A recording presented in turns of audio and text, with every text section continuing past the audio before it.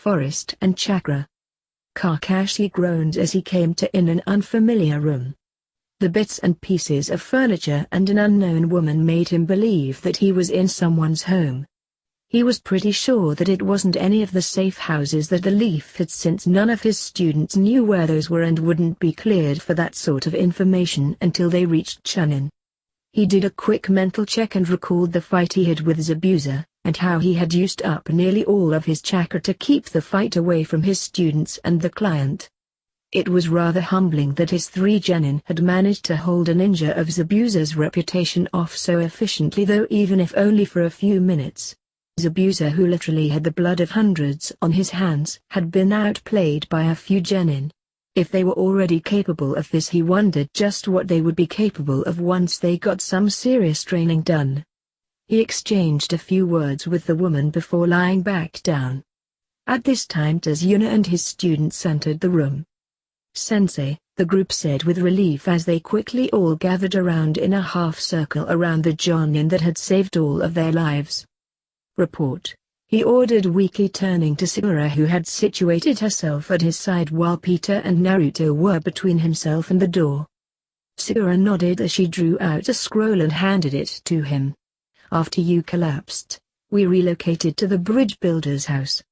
The place is on the edge of the city and the rear faces the ocean, giving us at least a partial defense from that side." Peter and Naruto checked the perimeter while I went through the house. The building is 2 stories tall and appears to be one of the more easily defended homes, as it does not have to worry about neighbors. The surrounding forest area does make it somewhat difficult to spot approaching enemy though. "Good work," Kakai said as he saw a more detailed report on the scroll, complete with a minor diagram of the house and the grounds.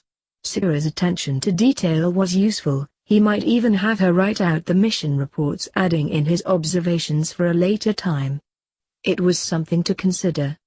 Not to mention it would be a great way for him to get out of having to do his own paperwork. This mission was already turning into a short story length, as it was. "The house has 3 occupants." Sakura continued, unaware of the thoughts of her sensei had on her work and how to capitalize on its uses. "The old man, his daughter, and a grandson that we've yet to meet," she said, ticking off the family members while showing the rooms that each of them had. "Peter and Naruto have taken rooms on the 2nd floor in case they need to move from the roof to elsewhere. Your room is on the opposite side of the hall from the bridge builders, while I have a room near the daughter's quarters. By rooming this way we should have the house suitably defended if an attack were to take place," the girl assured the man. "Good work. It sounds as if the house is sufficiently covered then." Kakashi complimented the group as it appeared that they had most of the ways in and out of the house either guarded or watched. "How long was I out?" "About 4 hours. The girl said as she looked him over with concern. "Sensei, your Sharingan is astounding and everything, but if it takes this much out of you then perhaps you shouldn't use it." Sakura looked nervous as she said this to her teacher. "Sorry, but that is part of what being a ninja is, Sakura. It is putting your life on the line for the sake of the mission. I believe we've had this conversation before," Kakashi reminded her. The girl nodded glumly at that.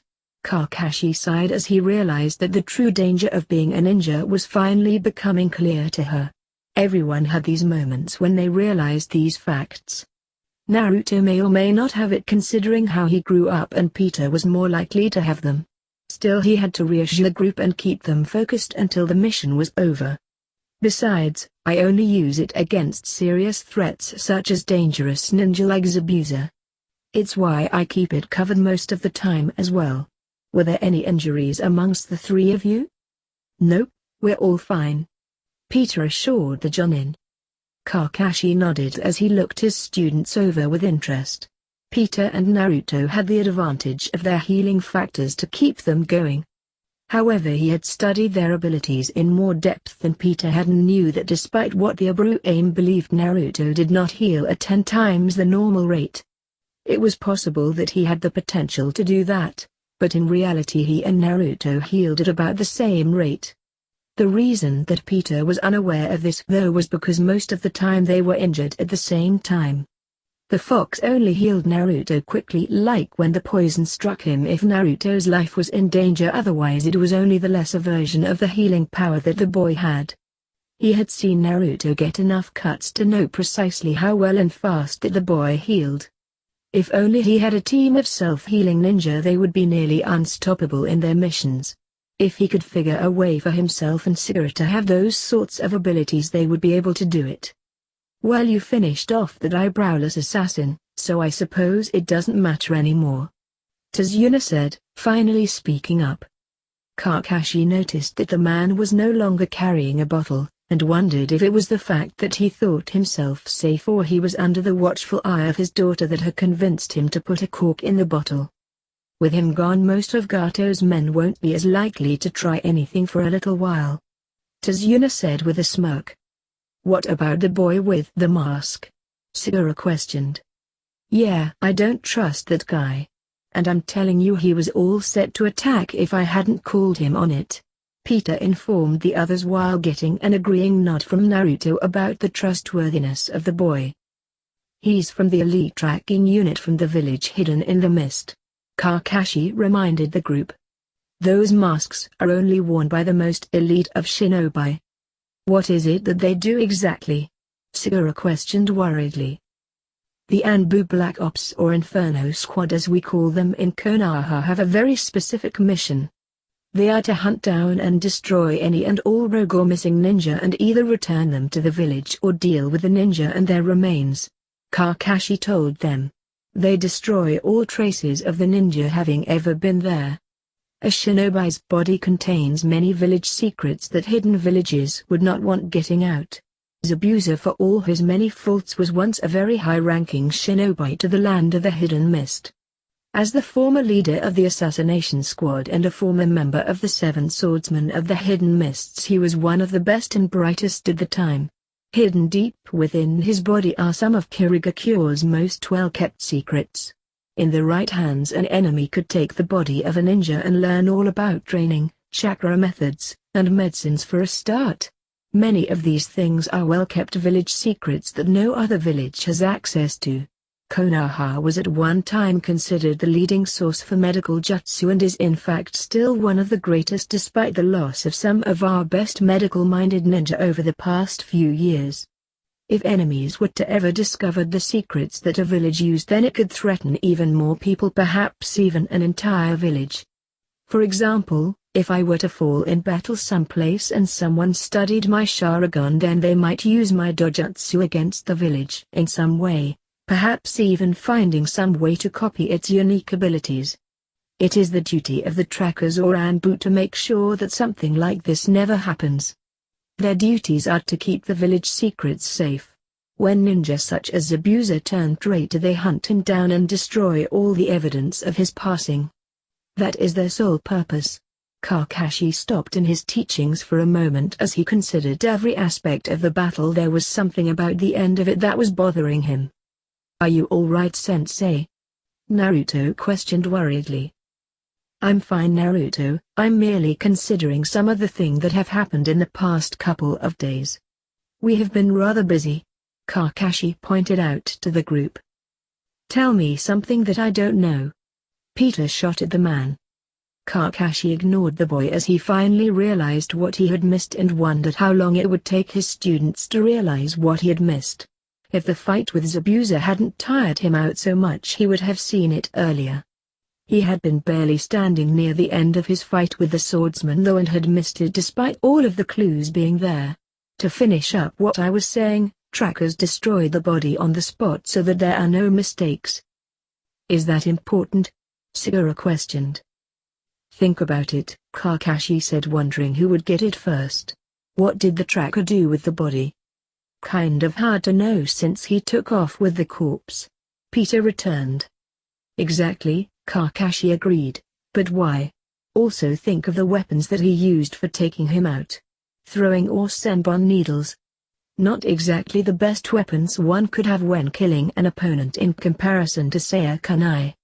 The senbon needle in combination with a knowledge of acupuncture that most Anbu receive in order to quickly and efficiently disable an opponent. However, he trailed off hoping that they would get what he was saying. Oh, please tell me you're joking, Peter said as he finally caught on to what their sensei was alluding to. I wish I were, Kakashi returned. Someone want to explain to those of us who aren't ninja? Tazuna demanded of the group. You completely destroyed that assassin. No, I didn't. I injured him quite a bit, it's true. However, most of his injuries were minor or superficial. The last attack of mine was probably the only decent hit in which I managed to hit him with several kunai. However, it was not enough and Zabuza is still very much alive. What?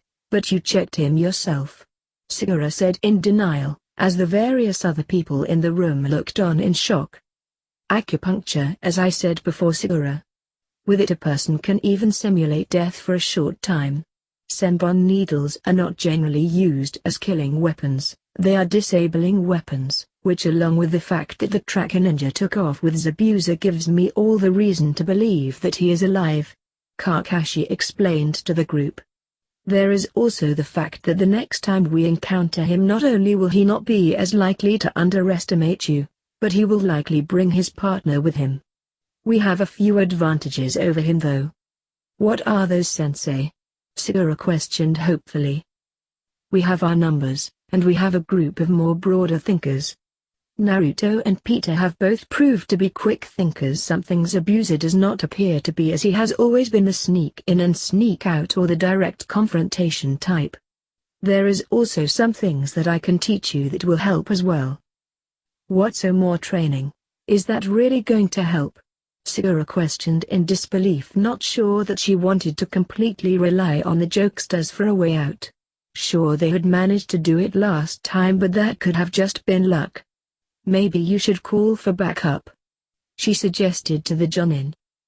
No, you have all proved more than capable of dealing with the threat that Zabuza represents.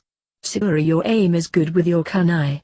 I will help you improve it while we work. Peter can at least hold his own for a few seconds in taijutsu, and Naruto has the ability to swarm him. While individually none of the skills are enough to completely stop him, they are enough in combination to get a standoff until I can take him.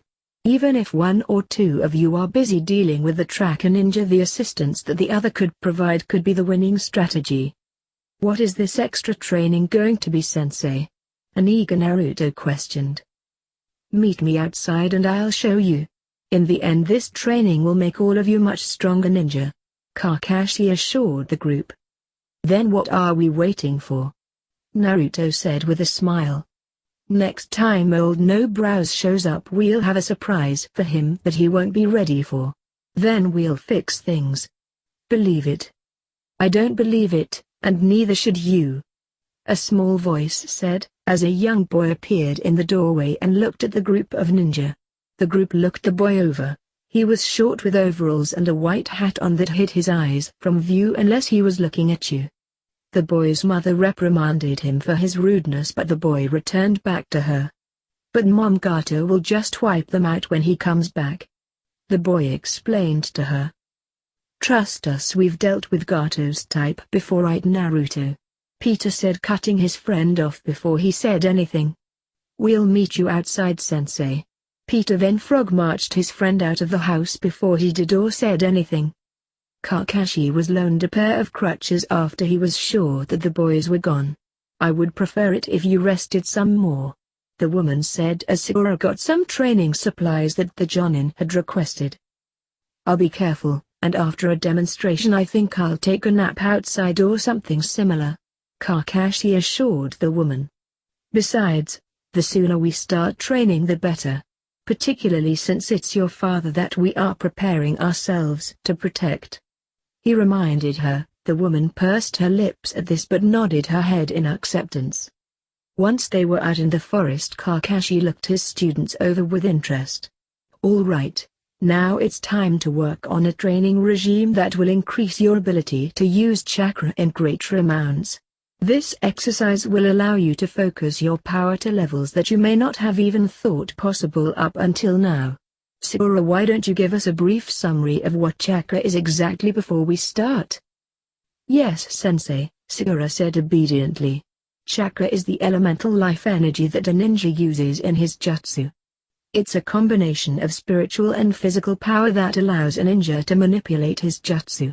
Only by combining the two though can a ninja create a jutsu.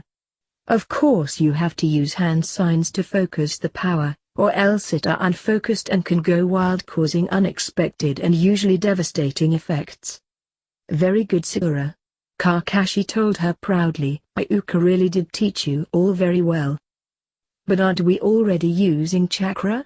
Naruto questioned in confusion.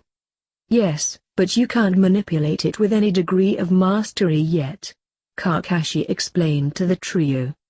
At the moment, you're merely using it without any type of control. Consider it like a water hose while water runs through it. That is all it does. If you were to put a nozzle on it though, you can decide which way it goes or even the amount you put out. With increased control you'll even be able to tell it to be hot or cold. Remember when Zabuza and I were fighting and we each summoned an elemental dragon? He summoned one made of water, while I summoned one made of earth. It requires different types of chakra to use those two jutsus though. Also there is the matter if you use too much or too little chakra, making your attacks too strong, in which case you lose control of the jutsu, or not enough and the jutsu doesn't do anything. What about when you run out of energy because you wasted your power trying to make one special attack? Then you're nothing but a target for your enemy. So how do we prevent the power waste? Peter asked as the lecture was starting to make sense to him now that the man was using some scientific terms. An intense training method that can either kill you, or make you a better ninja. Kakashi returned to him. If it is successful though, it will allow you a level of control you only ever dreamed about. So what is this super secret, super dangerous training method? Naruto questioned the Jonin. I don't know what it is, but I'll show it who's boss. Believe it. Climb a tree, Kakashi explained. Climb a tree? The Jonin asked in disbelief, having thought it would be something much more dangerous than what he was suggesting to them. That's right, but there is a rule: you can't use your hands, Kakashi explained to the group. Other than Peter the First, don't think any of us can do that though, Sensei, Sakura argued. Are you so sure? Kakashi questioned as he hobbled up the trunk of a nearby tree and continued to walk up it. He then walked onto the bottom of an overhanging branch. No way, Naruto said in awe. He's only using his feet, Sakura continued. Peter leapt from the ground and bounced between the trees till he was standing alongside of the ninja. How's it hanging, Sensei? He questioned. Hey, cute, now how about you get back down there? Kakashi suggested to his student. Peter nodded as he allowed himself to drop to the ground in a splayed-out style. Kakashi Sensei, Peter said as he raised his hand up, slightly embarrassed. I can't do this exercise. My bloodline allows me to climb a tree without my hands automatically, he informed the older ninja. Indeed it does, but only if you're wearing thin soles. The Jonin reminded his student. If you wear shinobi sandals while doing this exercise, then you won't have to worry about your bloodline doing the chakra work for you, Kakashi pointed out to his student, who merely opened and closed his mouth in surprise before nodding, while the other two members of the team snickered at their teammate. These exercises will greatly enhance all of your chakra control, even if you never use them for anything other than training, and are the foundation for other exercises that even your bloodline cannot copy. The Jonin continued as he looked at his students. There may also come a time when you don't have the luxury of having thin-soled boots either. As ninja we have missions that take us all over the world. What would you do if you were on a mission in the land of snow where you need warm weather gear, or perhaps the land of earth where the sun beats down on areas for hours, superheating the surrounding area? I hadn't really thought about that, Peter admitted to the ninja. As a ninja you must be prepared to fight anytime and anywhere, Kakashi informed the group. There are some sandals in the training bag that I had Sakura pack for us. The boy nodded and found the basic blue sandals and strapped them on over his boots. Focus your chakra towards the soles of your feet and use it to connect to the tree. This is just one of the many uses of chakra. But how does this help us fight Zabuza? Sakura questioned. Remember that Zabuza and I spent the first few minutes using minor jutsu against each other. It is to help you to maintain your chakra levels in combat situations. With that sort of knowledge, it will be easier for you to use it and apply it in the upcoming fight. Now we can keep talking about it, or you can try it yourselves," Kakashi said as he tossed a kunai at the feet of each of his students. "Mark how high you get with those," he advised them. The trio nodded as they each found a nearby tree and started. The boys each charged with reckless abandon.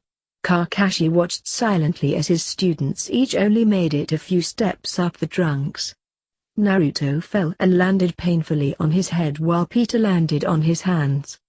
The ninja then turned to see that Sakura had not only managed to climb halfway up her tree, but she was at about twice the height that Kakashi had managed. And it seems that Sakura has the best control of the group. And here either tree climbing would have been such a simple task for someone who spends half of their life wall crawling, or for someone who says that they're going to the next Hokage. At this rate Peter might want to stop hanging around, and Sakura might want to consider being Hokage. She would be the first female Hokage. "Yeah, that sounds like a challenge to me." Peter returned to the man. "What do you say, Naruto? Last one to the top pays the lunch bill for a week." "Oh, I am so the," Naruto said as the two boys charged the trees again. Kakashi chuckled as he watched them go.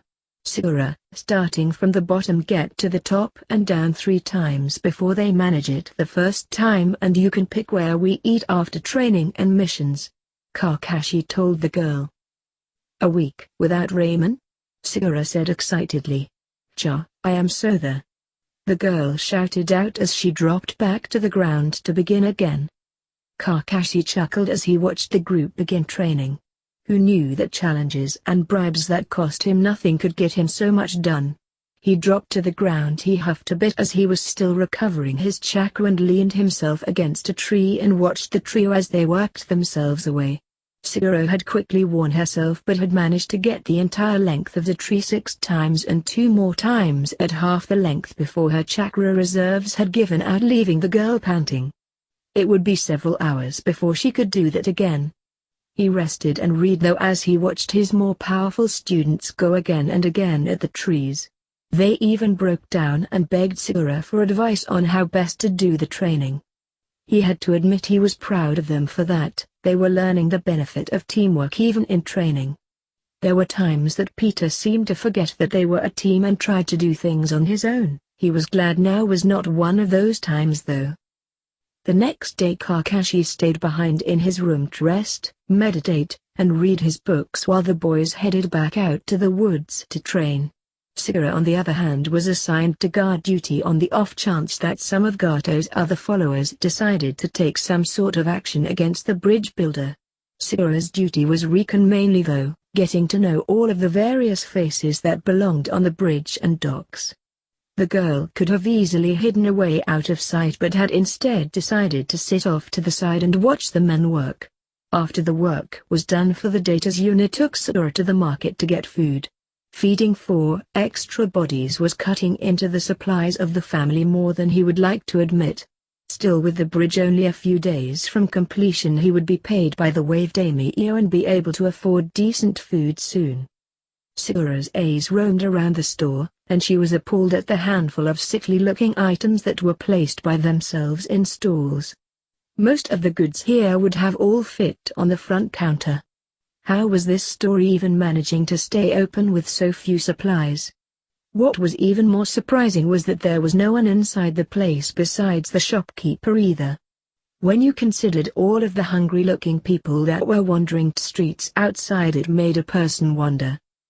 Tazuna was stacking a few things together when several figures entered the shop, driving a man that looked like he had been about to enter with a look. Sakura's eyes widened as she took in the group. They were all well-fed muscular figures, and they all had some sort of weapon either strapped on their bodies or in their hands. "Hey boys, look, old man Tazuna is back," one of the men said mockingly as they strode over to the bridge builder, seemingly ignoring Sakura for the moment. "I take it that job of yours turned out all right if you're back here, old man." "Whiplash," Tazuna grunted in greeting. "Or look guys, He remembered my name. The speaker said with amusement. We weren't all that sure that you were even going to make it back, old man, but I suppose that brat of yours and his mom were happy enough to see you. Some of the boys thought that they would have to keep her company once word of your death got out. The man reached around Tazuna and casually took some money from the till as he spoke. We were afraid that you weren't going to make it, old man. Word is that you pissed some super powerful ninja off and that he swore to kill you for something or other. Is that so? Tazuna growled at the man. I guess it's fortunate then that you decided not to spread rumors like that around then. That it is, old man, that it is. Well, I suppose now that you're already back to working on that bridge of yours. I do hope that you can keep up with the work. But then again, you've got two strong arms to do the work, don't you? Whiplash questioned mockingly. Tazuna's hands closed into fists as he tried not to lose his temper. These words for some reason seemed to anger the man more than anything else that had been said or hinted at. Just remember, the land of Wave doesn't have any heroes, old man. Whiplash said to the old man as he and the other men then headed toward the exit and waltzed out of the store. Hopes and heroes are the things that dreams are made out of. Who were they? Sakura questioned curiously, once she was sure that they were gone. Some of Gato's hired enforcer ninja. Tazuna returned to her, his voice barely controlled. What? How many ninja does Gato have here then? Sakura questioned worriedly as the old man led them out. It was one thing to fight just Zabuza and a possible partner, but it sounded like there might be more of them than that. The two stopped in the doorway to see Whiplash and two others leading groups of thugs around the market making money collections. Of the leaders, one was a large man, easily the tallest man that she had ever laid eyes on. Heck, Kakashi's sense his hair would probably only come up to his chest. The man was built like a bodybuilder and had a large hammer strapped to his back. He was dressed in a faded blue-gray GI that had obviously seen much better days and had the sleeves ripped out to better show off his muscles. The other was a tall thin man about the height of Kakashi-sensei. He had several throwing knives strapped to his arms and legs and a horsebow in his hands. On his back he had a quiver full of arrows. He had slicked back hair and narrow eyes. Finally there was Whiplash, who was dressed in an expensive-looking lightweight chainmail armor and mesh uniform. He was about the size of Asuma-sensei and had a steel whip coiled at his side. Now you see what Gato and his men are doing to our village.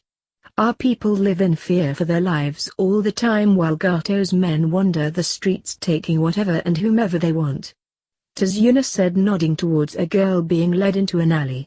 The only way you get even a small measure of protection is if you pay the protection fees. Those that do not or will not pay usually end up dead or made examples of. This is what our lives have become unless we can finish the bridge. Everything that we are doing is to stop this way of life. It is to remind the people of Wave that we too can have heroes, that all we have to do is use the strength of our arms. That bridge is going to be our symbol of hope and courage. We must restore the spirit of our people, and we cannot let Gato stop us. Sakura nodded her head in agreement, even if secretly she was wondering if they stood a chance against so many enemy ninja. The large man looked down at the pair of them in amusement. Is this your bodyguard, Tazuna? He questioned with a booming laugh. A little girl like this has hardly any uses at all. True. The next time you want a guard you should get a decent soldier and not children to do the work. The bowman said in a soft silky voice that made Sakura's skin crawl. I can take care of myself. Sakura growled as she eyed the group. No need to be so confrontational, little girl. Whiplash said mockingly, as he came from another side. Besides, you may be able to protect yourself, but if the old man were attacked, do you really think that you could keep him safe? The streets here in Wave are perhaps different than the ones that you are used to. We'll try to be careful. Tazuna returned to the group. See that you do, old man. It will be a shame for something to happen to the two of you or to your daughter. Whiplash said with a smile before the trio backed away, allowing the duo to leave in peace. Sigura kept her hands clenched as they moved away from the group so that they would not see how badly they were shaking. Once the pair returned, she saw that Naruto and Peter looked rough around the edges but were otherwise fine. "How's the training going?" she questioned them, glad for the distraction that they provided for her.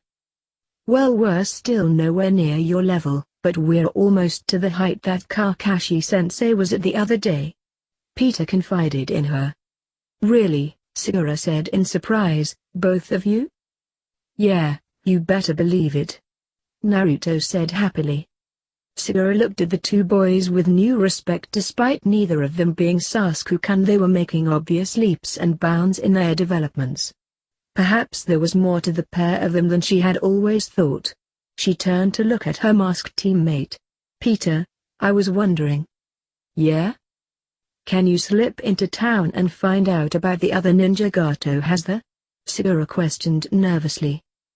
"Other ninja?"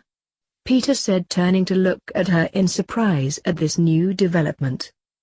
"Yeah, there's evidently a small band of them," Sigura said, and explained the confrontation had with the one known as Whiplash. "I see," Peter said as he rose from his seat.